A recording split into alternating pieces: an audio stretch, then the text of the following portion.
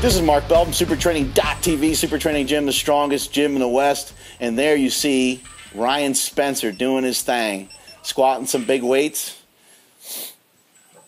Spencer is about 5'2" for those of you viewing at home. Oh my goodness, would you look at that squat. Wow, that's a big squat right there. Awesome, it looks great on the 60-inch TV that I'm watching it on. So here you got Spencer going again. These guys are using chains and using the straight bar. The chains help to accommodate resistance. You have more weight at the top, less weight at the bottom. You're able to accelerate through the squat a little bit better.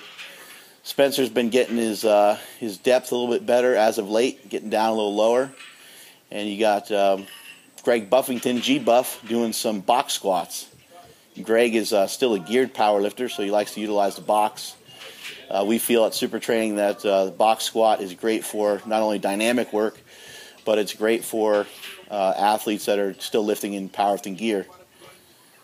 Now we got Silent Mike. Look at that. Silent Mike on the cambered bar.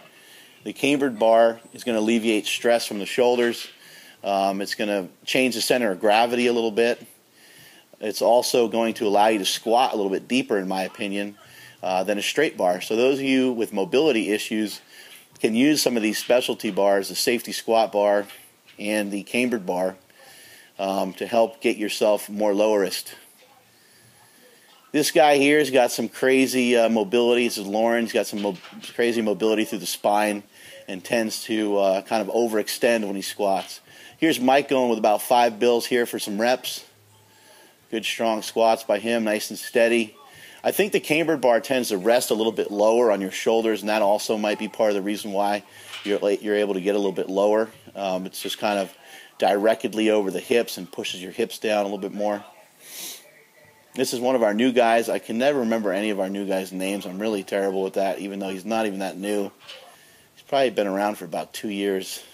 Just fuck if I know, right? So here's Lauren going again. You can see he's getting a little too far forward there. And then he's trying to arch back into it. But good strong squats by him, and that one was actually a little bit better. He came up with it pretty good, didn't get too rounded over. But you always want to try to keep that chest up whenever you're doing any one of the 3 movements, whether you're doing a deadlift, bench press, or a squat. It's actually really important on the bench press that you try to keep your chest up. People lose sight of that. They oftentimes get a little funky at the bottom of the bench press. Here I am working on some conventional deadlifts in my beautiful pink shirt from Reebok. I have no idea why they sent this to me. I think they thought I'd look wonderful in it. And I'll let you guys be the judge, but I don't think it really worked out so well. I'm working on trying to get more leg drive, trying to get my legs into it a little bit more from the start. I would say on this day I made some big improvements and some big strides, but I still have a long way to go. I feel like I can deadlift over 700 pounds fairly easy if I get the technique right. I feel like deadlifting 700 pounds will actually be very difficult if my form is not locked in. So that's what I'm working on every other week. I'm going over the form, and in the weeks in between that, I'm just going as heavy as I can. So last week I went with 635. It moved pretty well. This week coming up, I'll go at 655, and I'll just continue to add about 20 pounds each week until I get to the end. On top of that, I got some other exercises I'll be sharing with you guys soon to help me try to get my legs in there. I've been using the hex bar, or whatever the hell that thing's called, the trap bar deadlift.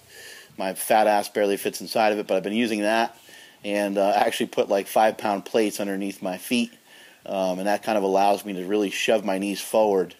Having bad knees and just poor flexibility, a lot of other excuses basically. It's very difficult for me to get my legs in there on the deadlift, so I'd have to say the main thing is probably just tightness and just not such great mobility. But also a little bit of a bum knee, it makes it hard. My body just doesn't want to do it. And so right there, it looked pretty good, trying to shove the knees forward of not only the barbell, but getting my knees through where my arms are. Here's Bobby doing some squats. She looks like she's about ready to die. She's getting a little rounded over there. She's getting a little too far forward, hinging at the hips a little bit too much. Here's Mr. Robot Pants hitting up some squats. I believe Robot Successfully hit around a 600-pound squat on this day, maybe a little bit heavier, even maybe 610 or so. Whatever the case is, I know that he hit a PR, which is really all that matters.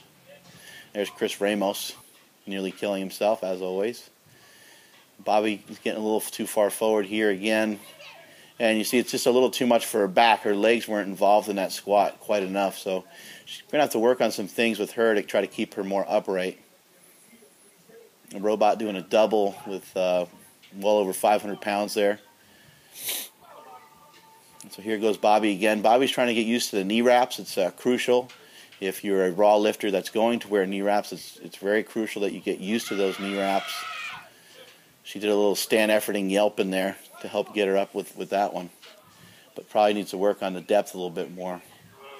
There's around 600 pounds from Mr. Pants. And here comes 660 from Mr. Ramos, weighing 197 pounds. Look at those quads. He's got like some sort of weird mutant muscle coming out of his quad. He did both those reps fairly easy. Good strong squats there by Mr. Ramos. And that is it from supertraining.pl.